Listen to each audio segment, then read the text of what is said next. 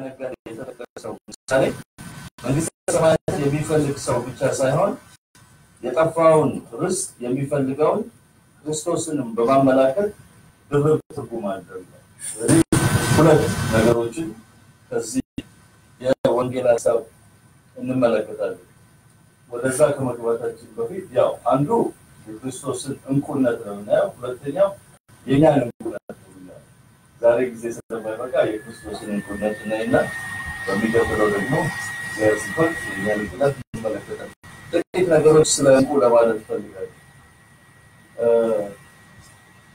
እንቁ እውነተኛው እንቁ በተፈጥሮ የሚገኘው እንቁ ለማምረት ብለው የሚሰሩ ገበሬዎች አሉ። እውነተኛው እንቁ የሚገኘው ከኦይስተር ነው። ኦይስተር ማለት እንደዚህ አይነት ሼል ያለው የአሳ ዝርያ ነው እና እሱ ውስጥ ነው የሚገኘው። ትንሽ ሲከፍቱ አንድ እዚህ አካባቢ ጋር ይገኛል እና የሚሰራው እንቁ የሚሰራው እንዴት ነው? ይሄ ሁለቱ ሼሎች የተጋጠሙ ናቸው። ማለት ግጥም ብሎ የተደፈነ ክፍተት አለ።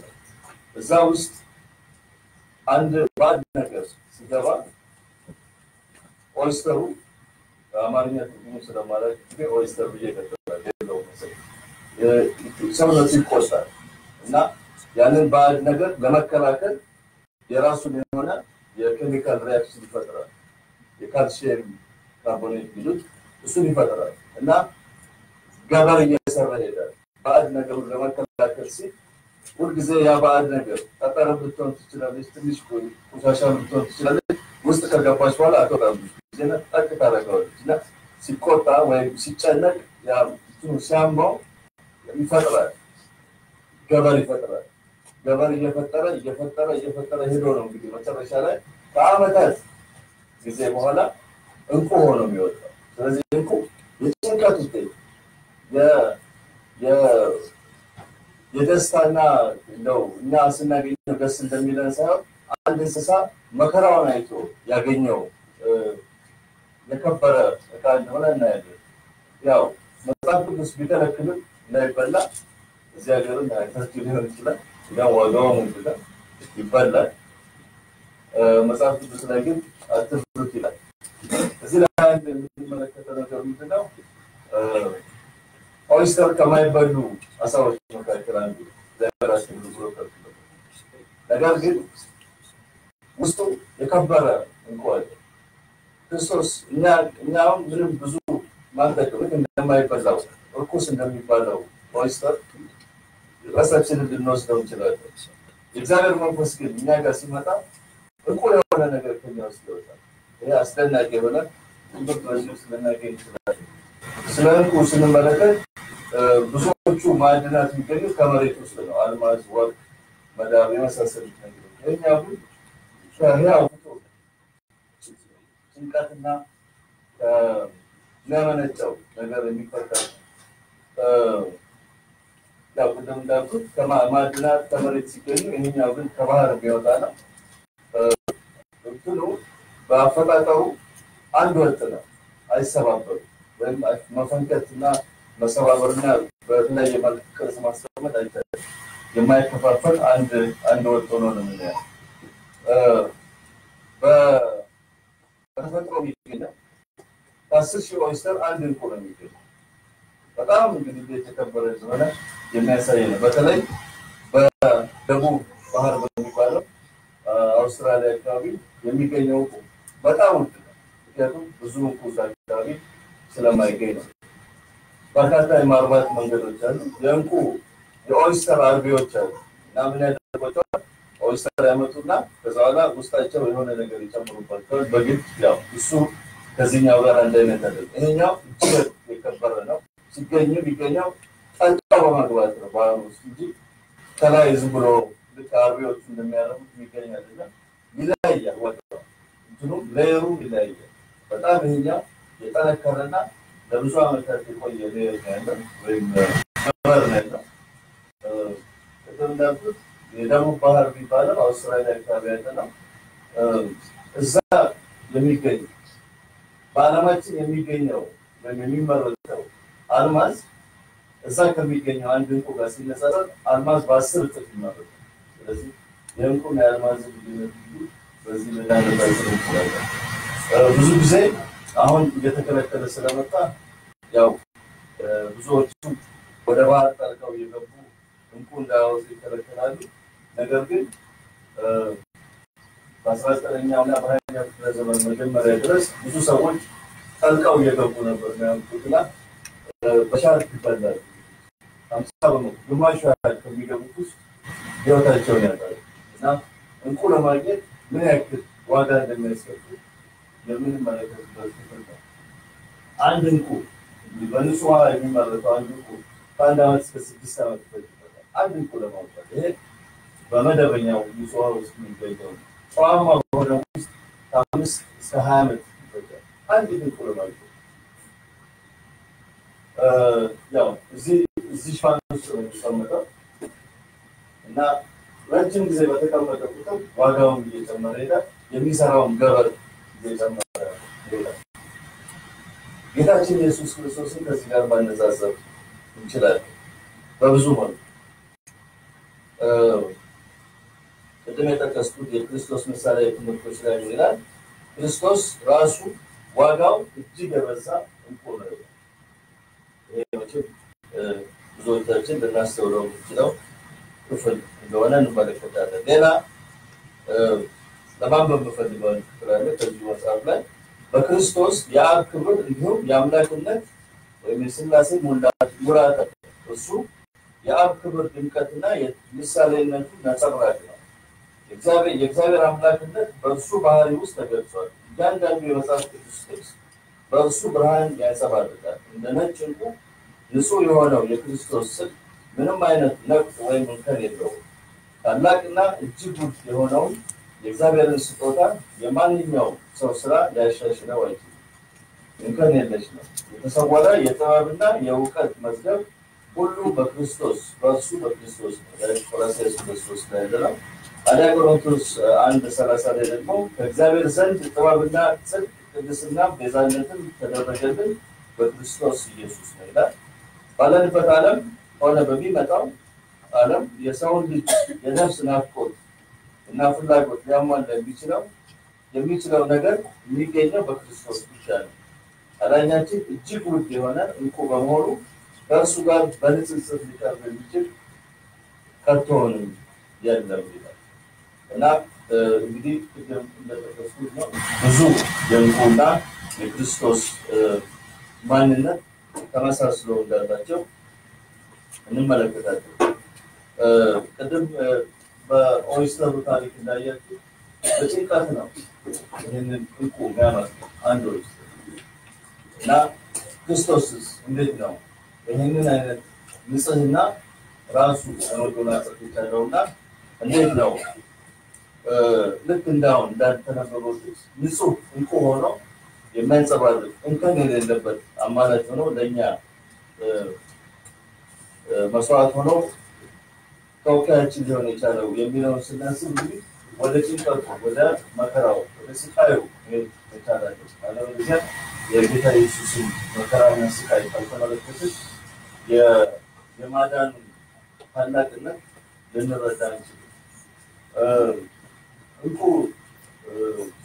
አዳኞች መጀመሪያ የሚያደርጉት ምንድን ነው? ያው ሰዎች በዘመን ሲያደርጉ እንደነበረ ልብሳቸውን ያወልቃሉ። ምንም ነገር ይዘው አይገቡም እና ኦክሲጅን ደግሞ ይዘው አይገቡም። የለም አዳኞች ላይ እንደዚህ አይነት ነገር ስለዚህ እሱ ዳምጣ እንቃ ብቻ ነው የሚለብሱት እና አየር ይስባል። ከዛ ጠልቆ ነው የሚገባው እስከ ባህሩ መሬት መጨረሻ ድረስ ነው የሚገባው። ያችን ትንፋሽ ይዞ እዛ ገብቶ ያችን ሼር ማግኘት አለበት እና የሰለጠኑ ናቸው። ያው በአመታት እየሰለጠኑ ይሄዳል። ትንፋሹን መጠበቅ አለበት። ሻርክ መከላከል አለበት። እንቁ ማግኘት አለበት። የሰው የሆኑ ጭንቀት ጊዜ ውስጥ ልንረዳ እንችላለን። ጌታችን ኢየሱስ በጌቴሰማኒ ጭንቀት ውስጥ በነበረበት ጊዜ ይህንን ባህሪ የተላበሰ ስንል የዘመናት ምኞት ላይ እንዲህ ይላል። ክርስቶስ ወደ ጌቴሰማኒ በቀረበ ጊዜ ሐዘን ተጫጫነው። ይህ ቦታ ለክርስቶስ ብዙ ጊዜ በአንክሮ ለማሰብና ለጸሎት የተጠቀመበት ቦታ ነው። ቢሆንም ከዛ በፊት ያን ቦታ የጎበኘው እንደዚህ ምሽት በስቃይ ምክንያት ልቡ በሐዘን ተሞልቶ አልነበረም። በሰይጣን መንፈስ ከሚመሩ ሰዎች ጋር በተጋጨ ጊዜ ሁሉ የላገኝ ከኔ ጋር ነው፣ ዘወትር የማደርገው እሱን ደስ የሚያሰኘው ነው ነገር ስለሆነ ብቻዬን አይተወኝም ይል ነበር። አሁን ግን አብሮት በመሆን ያበረታታው ከነበረው አምላክ የተለየ መሰረት አሁን ከሕግ ተላላፊዎች ጋር ተመደበ። የወደቀውን ሰብአዊ ዘር ኃጢአት መሸከም ነበረበት። ኃጢአት ሰርቶ የማያውቀው ጌታ የሁላችንን በደል መሸከም ሆነበት። ከኃጢአት አስከፊነትና በላዩ ላይ የሚጫነው የኃጢአት ሸክም ከመክበዱ የተነሳ ከአባቴ ፍቅር ለዘላለም ይለየኝ ይሆናል የሚል ስጋት ተፈታተለ። ስለዚህም አለ ነፍሴ እስከ ሞት ድረስ እጅግ ተጨነቀች።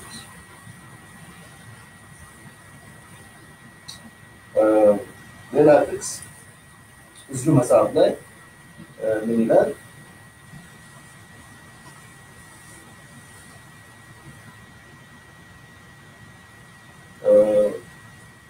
ከደቀ መዛሙርቱ ጋር የነበረውን ሁኔታ ሲያሳይ ነው። ወደ አትክልት ቦታ ሲቃረቡ ደቀ መዛሙርት በጌታቸው ላይ የነበረውን ለውጥ ተገነዘቡ። ከዛ በፊት እንደዚህ በጣም አዝኖና ጸጥ ብለው አይተው አያውቁም ነበር ይላል። ከዛ ክርስቶስ ምን ይላቸዋል? እናንተ እዚህ ቆዩ፣ ከኔ ጋርም ንቁ፣ ጸልዩ የሚል የድጋፍ እርዱኝ የሚል አሁን ጸሎት አደረስ ይሰጣልና ሸክሙ ከብዶኛል አግዙ ይላል። ክርስቶስን በሰብአዊነት ይህንን የዘላለም ሞት የመሞት አስከፊነት በተጋፈጠበት ጊዜ ደቀ መዛሙርት እንዲረዱት ጥያቄ አቅርቦ ነበር። የረዳው ግን አንድም አልነበረም።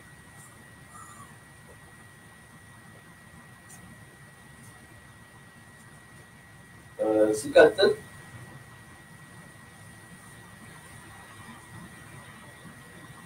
የኃጢአተኛ ሰው ተወካይና ዋስ በመሆኑ ክርስቶስ መለኮታዊ ብያኔ የወሰነበትን ስቃይ ተቀበለ።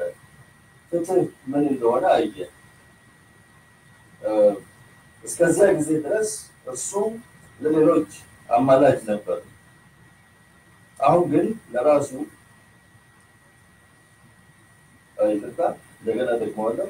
እስከዚያ ጊዜ ድረስ እርሱ ለሌሎች አማላጅ ነበር። አሁን ግን ለራሱ አማላጅ ቢያገኝ ምኞቱ ነበር ይላል እና በወንጌሎች ላይ እንግዲህ በተደጋጋሚ ተጽፎ እንደምናየው ክርስቶስ በዚያ የጌቴሴማኒ ቦታ ላይ ብቻውን የደጋፊ ያጡ ሲሰቃይ እንደነበር ሁላችን የምናውቀው ክፍል ነው። ያው ሰዓት ለመቆጠብ እንግዲህ ብዙ ከዚህ ላይ ያለነው መጽሐፉን ሄዳችሁ ብታነቡት ጥሩ ሀሳብ ይሰጣቸዋል እና ደቀ መዛሙርትን በተደጋጋሚ እንዲጸልዩለት ቢነግራቸው አንዳቸውም እንዲጸልዩለት ተደጋጋሚ መጥቶ ሲያያቸው ሁሉም ተኝተው ነበር እና አልተውህም ከአንተ ጋር እሞታለሁ ያለው ጴጥሮስ እንኳን ተኝቶ መጨረሻ ላይ ኢየሱስ ወደ ሶስተኛው ጸሎት በጸለየ ጊዜ ያለው ምንድን ነው? ተኙ፣ ሰይጣን ግን ሊያበጥራችሁ ይፈልጋልና ጸልዩ የሚል ሀሳብ ሰጥቶት እንዳለፈ እናያለን። ያንን ከማለቱ በፊት የተከሰተውን ስንመለከት በመጽሐፍ ቅዱሳችን ላይ በተደጋጋሚ ተጠቅሶ የምናየው አንድ ትምህርት ነው። በሚጸልይበት ጊዜ የደም ላብ አላበው በዚህ ላይ ላብ ይወጣል። ነገር ግን አንድ ሰው በከፍተኛ ጭንቀት ውስጥ በሚሆንበት ጊዜ የግንባሩ ደምስሮች ይበጣጠሳሉ እና ያ ሲበጣጠስ ደም በቆዳው ቀዳዳዎች አሉ። በቆዳው ቀዳዳዎች ደም መውጣት ይችላል እና የጭንቀቱን መጠን እንግዲህ በዚህ ላይ ልንመለከት እንችላለን። በቃ እንደዚህ ብሎ በተደጋጋሚ ጸለየ።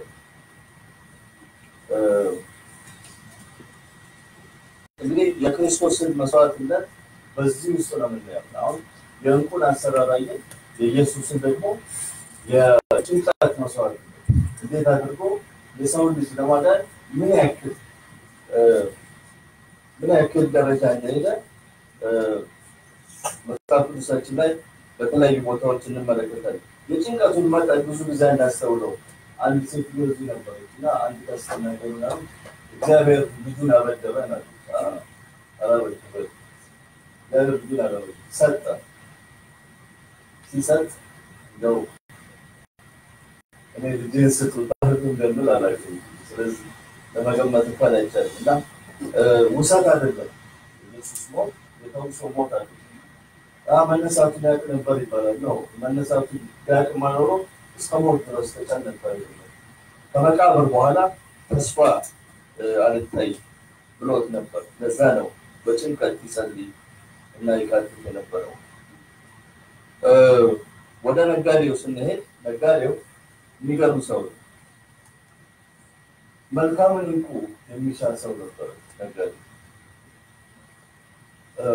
ከዚህ በፊት የተሰጠው ምሳሌ ላይ መንግስተ ሰማያት የተሰወረ መዝገብ የሚፈልግ ይመስላልና ድንገት አገኘው ሰውዬው ይላልና ሲያገኘው እርሻውን በሙሉ ገዛና በዛው ተቀስ ያለ መቆፈር ይችላል ይሄው ግን ድንገት አይደለም ይፈልግ ነበር እና በድንገት ያገኘው ሀብት ሳይሆን በጥረትና በድካም በጣም ብዙ ፍለጋ እንዳገኘው እንመለከታለን ሰዎች ይደሉት ቦታ ሁሉ ሄደው ተራራው ታስቡ ወጥቷል ተረቆ ወጥቷል ያለበት ቦታ ይላል እና በንቃት የሚፈልግ ሰው ነበር ሲያገኘው ምን አለ ያለው ሁሉ ነው ሰው የፍላጎቱን መጠን እዛ ላይ እንመለከታለን መጽሐፍ ቅዱሳችን ላይ ሁለት በንቃት የእግዚአብሔር መንግስት ይፈልጉ የነበሩ ሰዎች እናገኛለን እና ኢትዮጵያዊ ተደረባል ልክ ፊልጶስ መጥቶ ሲያስተምረው በንቃት ይጠብቅ ሚሻ ሰው ስለነበረ ውሃ ነው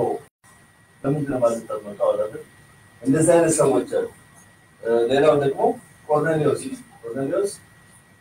ጴጥሮስ እንደስተምሮ ማለት ነው ጊዜ እንዲያው አትይት ከኛ ጋር ቆይና ብዙ አስተምረን እና ብዙ መማር እንፈልጋለን አለማዊ የሮም ወታደር ይሄ አይጠበቅበት ነበር ነገር ግን ኮርኔሊዮስ ያው በንቃት ልክ እንደዚህ ነጋዴ ይፈልግ የነበረ ሰው ነበር ሲያገኘው መልቀቅ አልፈልግም ይሄ ለኛ የሚሰጠው ማለት ጌታ ኢየሱስን አይተናል እንዴት ነው ያዝናል ዘናል እንዳጥልቀን እንደተገኘንኩ ነው የሚይዘው ወይስ አግሪፓ ለጳውሎስ እንዳለው ሌላ ቀን ሰማሃለው የሚል ሐሳብ ነው የሚሰጠው ይሄ ነጋዴ እዚህ ላይ ሲመለከት አገኘ ይላል አይደል ባገኘ ጊዜ ገዛው ይላል ማግኘቱ የሚያሳየን አንድ ትልቅ ነበር ነገር አለ ያምንና ወለተኛ ያወራውን ያቅ ነበር ስለዚህ ሳያው አወቀው ስለዚህ ወለተኛ የምንፈልግ ሰዎች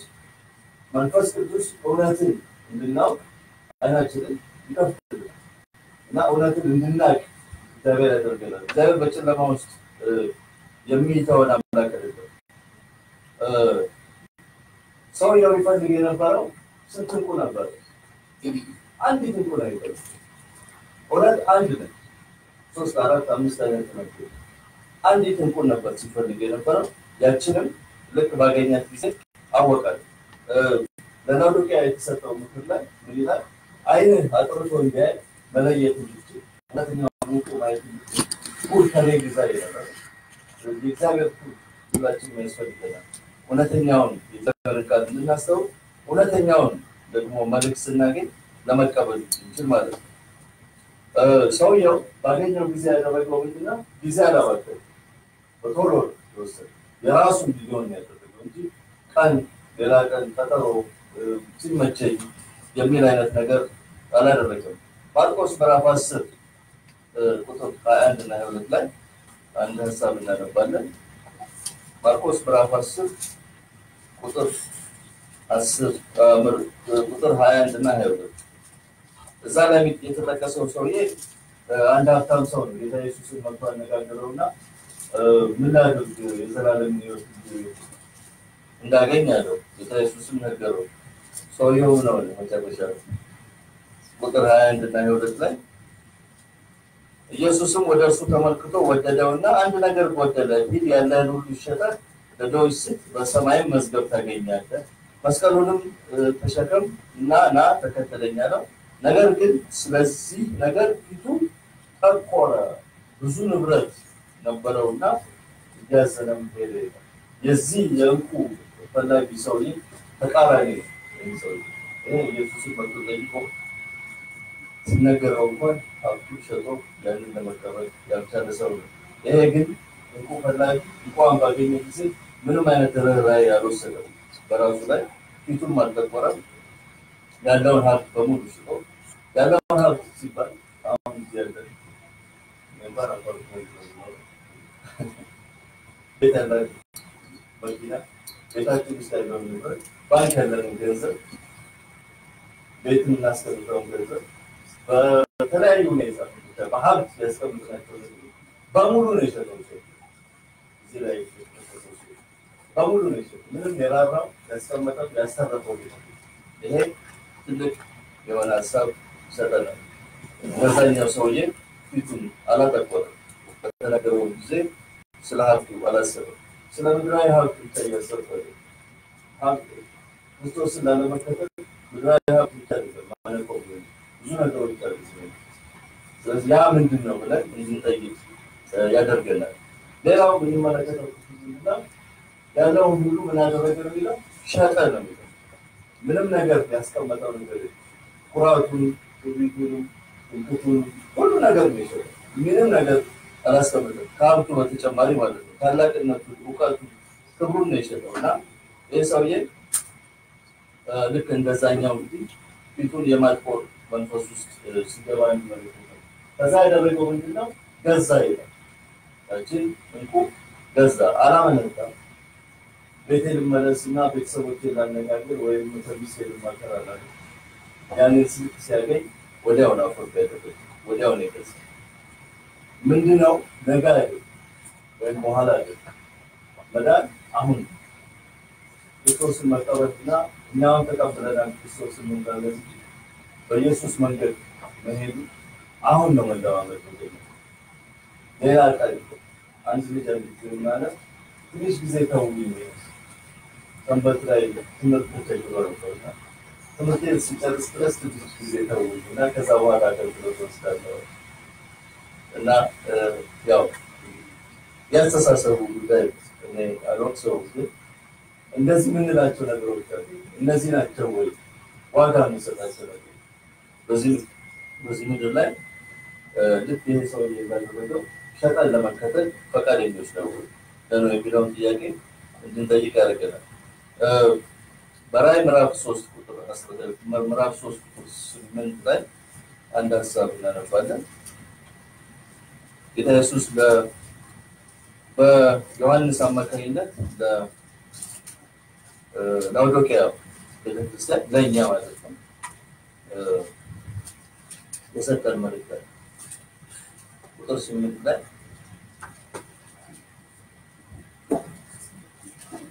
ቁጥር 18 ባለጠጋ እንድትሆን በእሳት የነጠረውን ወርቅ ተጎናጽፈህ የራቁትነት ሀብለት እንዳይገለጥ ነጭ ልብስ እንድታይም አይኖችህን የምትኳለውን ኩል ከኔ ትገዛዘ ተማክረሃለሁ። ይሄ እንግዲህ ልክ እንደዚህ ሰው ማለት ነው።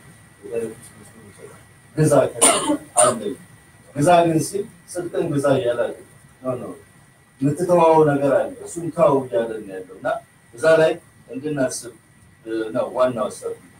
ይሄንን ነጋዴ ወደኋላ መለስ ብለን ነው ለዘመናት ያካበተው ነው ለዘመናት ያስቀመጠው ነው። አንድ እንቁ ሲፈልግ በዛች ለአንድ እንቁ ነው። አሁን የህይወት ጥያቄ እኛ ላይ የሚመጣው ለዘመናት ያከማቸው ብዙ ነገር ነው። ያንን እንዴት ነው የምንመለከተው? ክርስቶስ ሲያድነን ወደም በተመለከተው በእጅግ ታላቅ ስቃይና ጭንቀት በመጨረሻ ያንን ዋጋ ለተፈቀደለት ተፈራና የምንመልሰው ነው ምንድን ነው? በሚቀጥለው ጊዜ እኛ እንዴት ኢየሱስ የእግዚአብሔር እንቁ እንደሆነ እንመለከታለን። ነገር ግን ክርስቶስ ራሱን ነው እንቁ አድርጎ እንደዚህ አድርጎ ያቀረበው። ልክ ያ የባህር አሳ ኦይስተር በተነካ ጊዜ ሰውነቱ እየተቆጣ ያንን ባዕድ ነገር ለመከላከል እየፈለገ ለማስወጣት እየፈለገ እየተጨነቀ ያመረተው እንቁ ነው። ክርስቶስም ያንን ይህን ንጽህና ያገኘው በእንደዚህ አይነት በጌቴሴማኒ በታላቅ ስቃይና መከራ በማለፍ ነው። በመጨረሻ ላይ ምሳሌ ምዕራፍ 3 ለማንበብ ፈልጋለሁ። ምሳሌ ምዕራፍ 3 ከቁጥር 13 ጀምሮ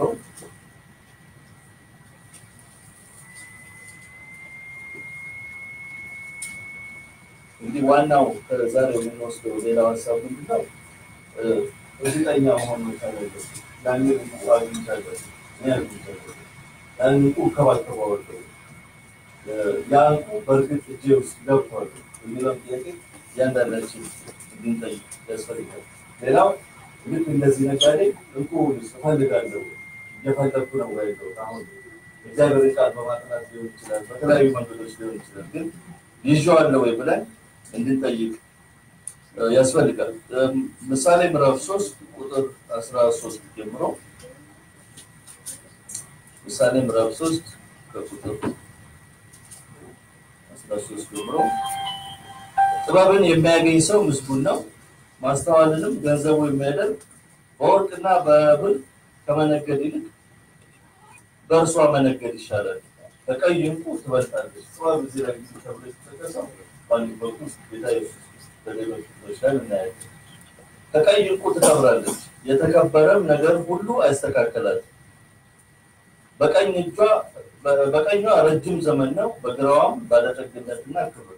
መንገዷ የደስታ መንገድ ነው፣ ጎዳናዋም ሁሉ ሰላም ነው። እርሷ ለሚይዟት የሕይወት ዛፍ ነች፣ የተመረኮዘባት ምስጉን ነው። እግዚአብሔር በጥበብ ምድርን መሰረተ፣ በማስተዋልም ሰማያትን አጸና። በእውቀቱ ቀላያት ተቀደዱ፣ ደመናቱም ጠል ያንጠባጥባሉ። ልጄ ሆይ እነዚህ ከዓይኖች አይራቁ፣ መልካም ጥበብንና ጥንቃቄን ጠብቅ፣ ለነፍስህ ሕይወት ይሆናል፣ ለአንገትህ ሞገስ። የዚያን ጊዜ መንገድህን ተማምነህ ትሄዳለህ፣ እግርህም አይሰነካከልም። በተኛ ጊዜ አትፈራም፣ ትተኛለህ፣ እንቅልፍህም የጣፈጠ ይሆንልሃል። ድንገት ከሚያስፈራ ነገር ከሚመጣውም ከኃጥአን ጥፋት አትፈራም። እግዚአብሔር መታመኛ ይሆንልሃልና እግርህ እንዳይጠመድ ይጠብቅሃልና። ይሄ እንቁ እያንዳንዳችን ተሰጥቶናል። ኢየሱስ ሕይወቱን በመሰዋት በጭንቀት በከባድ ጭንቀት ማንም ሰው ሊገልጸው በማይችለው አይነት መከራና ስቃይ ሕይወቱን አሳልፎ በመስጠት ራሱ እንቁ አድርጎ ያን እንቁ ይዘናል በሚለው በድጋሚ እንድናስብበት ተያዝነው። ያችን አንድ እንቁ ቅድም ስንወያይ እንደተመለከትነው ይሄ የእንቁ ፈላጊ ሌላ እንቁ ፍለጋ አልሄደም። ከዚህ በኋላ ወደ ሌላ ቦታ የትም አገኘ፣ ገዛ፣ አከተለ። እኛስ ካገኘነው ይዘነዋል። ሁሉን ነገር ትተን ለመከተል ፈቃደኞች ነን።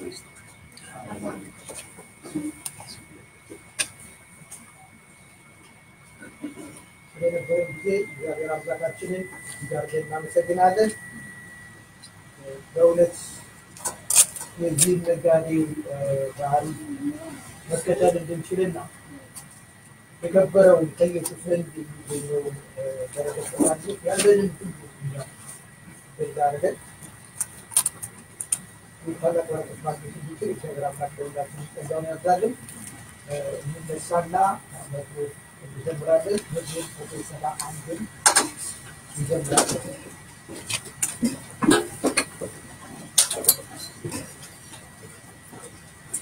መዝሙር 171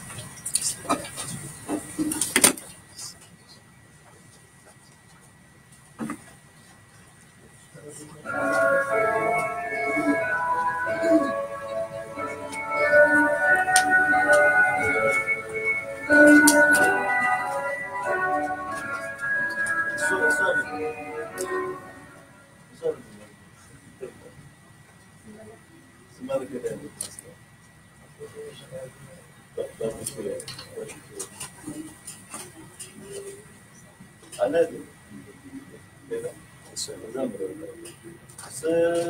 ስመለከት ያህል መሰል በዱንያ ሞተበት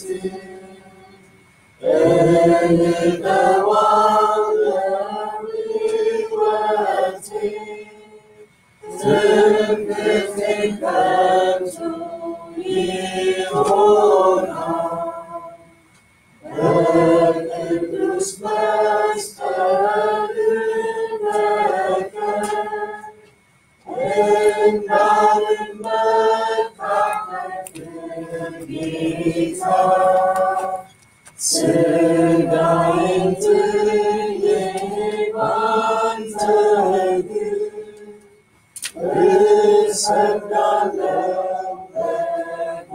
በጎልጎታ ከራሱ ከእጁ ከእግሩ የከበረ ደሙ ፈሷል። እንዴት ያለ ፍቅር ሆኗል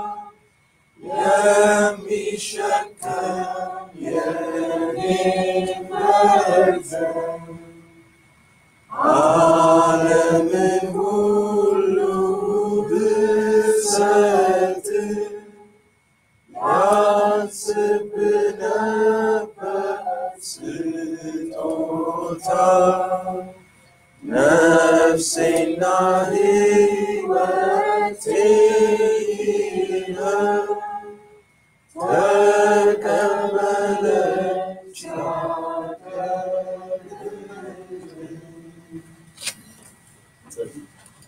ጌታዊ አሁን እንደዘመርነው ነፍሳችን ሕይወታችንም ለአንተ በእውነት የምናቀርብ እንዲሆንና ታላቁንም ጌታ ኢየሱስን እንደያዝነው እንዳንለቀቅ እስከ መጨረሻው ድረስ በእምነት ጸንተን ከመኖር ቤት ጸጋ ብዛለን ጌታዊ ኢየሱስን አሜን።